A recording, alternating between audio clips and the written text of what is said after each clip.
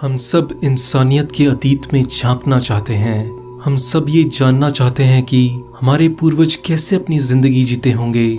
हम अपनी इन्हीं जिज्ञासाओं से प्रेरित होकर प्राचीन सभ्यताओं के बारे में पढ़ते हैं और जानकारियां इकट्ठा करते हैं। अगर हम प्राचीन सभ्यताओं के बारे में बात करें तो भारत की ही तरह मिस्र की सभ्यता भी हजारों साल पुरानी है और अपनी ममीज, फेरोज और पिरामिड्स के लिए दुनिया भर में प्रसिद्ध हैं। वैसे पिरामिड और इजिप्ट की छवि हमारे दिमाग में एक साथ बनती हैं, लेकिन ना तो दुनिया के सबसे ज्यादा पिरामिड्स इजिप्ट में हैं और ना ही दुनिया का सबसे बड़ा पिरामिड इजिप्ट में है। दुनिया का सबसे बड़ा पिरामिड मेक्सिको का the great pyramid of Cholula है। वहीं दुनिया का सबसे ज्यादा पिरामिडों वाला देश सूडान है, ना कि इजिप्ट। सूडान में इजिप्ट से दुगने पिरामिड हैं।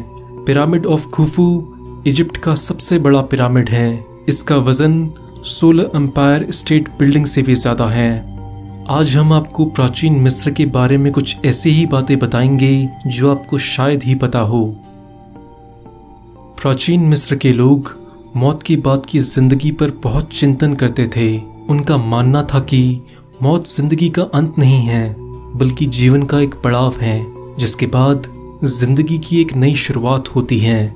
यही कारण था कि जब उनके मुर्दा शरीर की मम्मी बनाई जाती थी तो उसके साथ एक आम दिनचर्या में काम आने वाली सारी चीजें भी पिरामिड के अंदर रखी जाती थी। लेकिन मिस्र के हर इंसान की मम्मी नहीं बनाई जाती थी, केवल मिस्र के फेरोज और अमीर लोगों की ही मम्मीज बनाई जाती थी। मिस्र के लोगों का मानना था कि पुनर्जन्म संभव तो है, लेकिन उसके लिए मानव शरीर एक सही अवस्था में होना चाहिए। इसलिए वो शरीर को दफनाने की बजाय मम्मीज बनाते थे।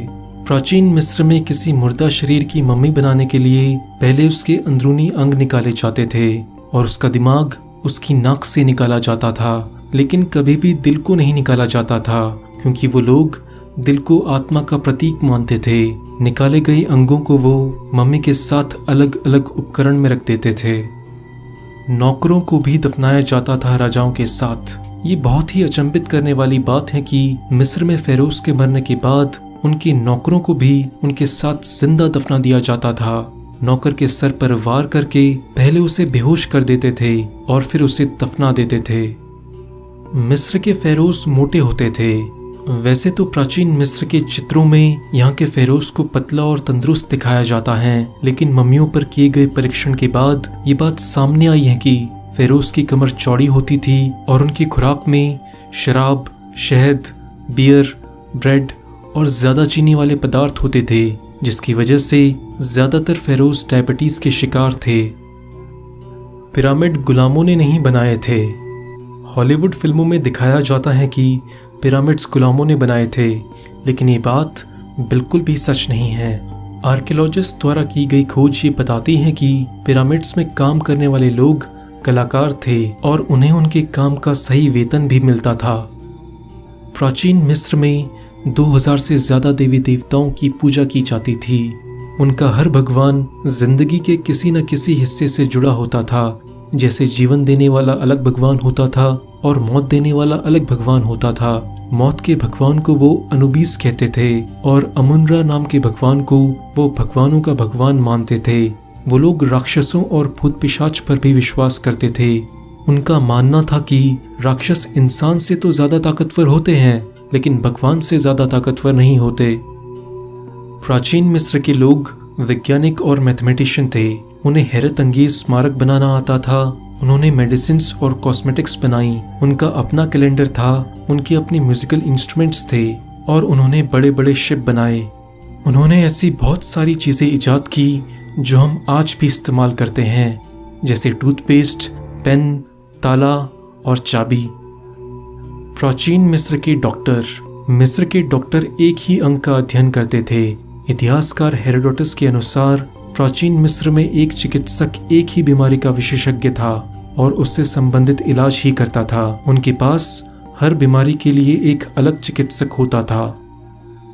आजाद थी प्राचीन मिस्र की महिलाएं। उस समय सारी दुनिया में महिलाओं को मर्दों से कमतर समझा जाता था, लेकिन मिस्र में उन्हें मर्दों के बराबर अधिकार दिए गए थे। मिस्र की महिलाएं जमीन खरीद सकती थी, जज बन सकती थी और अपनी वसीयत लिख सकती थी। अगर वो घर से बाहर काम करती थी तो उन्हें मर्दों के बराबर वेतन मिलता था। वो तलाक भी दे सकती थी और फिर से शादी भी कर सकती थी। यहाँ तक कि कई बार महिलाओं ने मिस्र के साम्राज्य को भी संभाला और मिस्र पर राज भी किया। सन 400 से 800 एडी के बीच मिस्र के ज्यादातर लोग ईसाई धर्म के अनुयायी थे, लेकिन 10वीं सदी के मध्य में मुसलमानों के हमलों के बाद बड़ी संख्या में लोगों का धर्म परिवर्तन हुआ और उन्होंने इस्लाम कबूल कर लिया। इसके बाद मिस्र की कॉप्टिक भाषा की जगह भी अरबी भाषा ने ले ली। मिस्र के निवासी बालों से सख्त नफरत करते थे। मिस्रवासियों का मानना था कि शरीर पर बाल होना स्वास्थ्य के लिए हानिकारक होता है, इसलिए वो लोग शरीर से हर तरह के बाल को साफ कर देते थे। मिस्र के लोगों की पेंटिंग्स में सिर पर जो बाल नजर आते हैं वो असली नहीं है, बल्कि एक विग है।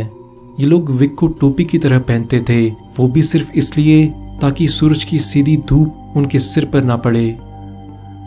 प्राचीन मिस्र में मेकअप का बहुत चलन था। जहां आज के जमाने में महिलाएं ही मेकअप करती हैं, वहीं प्राचीन मिस्र में पुरुषों का मेकअप करना बहुत सामान्य सी बात थी।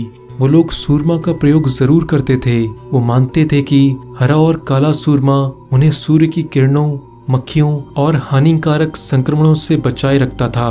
वो लोग मेकअप केवल सुंदरता के लिए नहीं बल्कि धार्मिक कारणों से भी करते थे।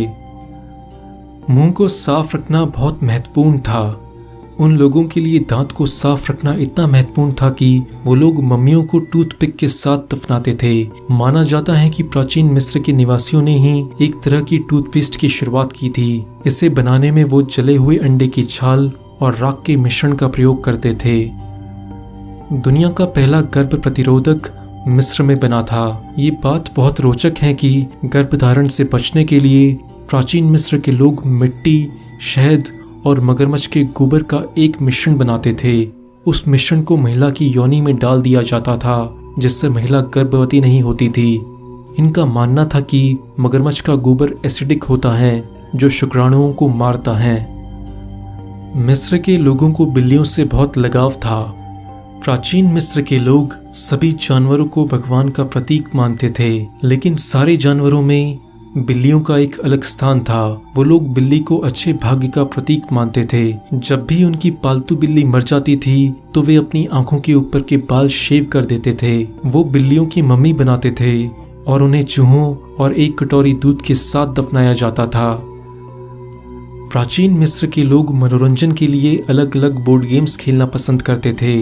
इन सब में से सबसे प्रसिद्ध गेम था सेनेट, जो 2000 सालों तक खेला गया। इस गेम को आज के लूडो की ही तरह खेला जाता था। द ग्रेट स्फिंक्स ये दुनिया के सबसे शानदार प्राचीन स्मारकों में से एक है। इसका सर इंसान का है और शरीर शेर का। इसे एक बड़े से लाइमस्टोन यानी चूना पत्थर से काट कर बनाया गया है। इस स्मारक की नाक का गायब होना दुनिया के सबसे बड़े रहस्यों में से एक माना जाता है। कुछ लोगों का मानना है कि जब नेपोलियन बोनापार्ट ने इजिप्ट पर हमला किया था तो उसके सैनिकों ने तोप से स्मारक की नाक उड़ा दी थी, लेकिन सच कोई नहीं जानता। दोस्तों, आज की वीडियो में बस इतना ही। आगे आने वाले वीडियोस में आप किन टॉपिक्स के ऊपर वीडियोस चाहते हैं कमेंट्स में ज़रूर बताएं।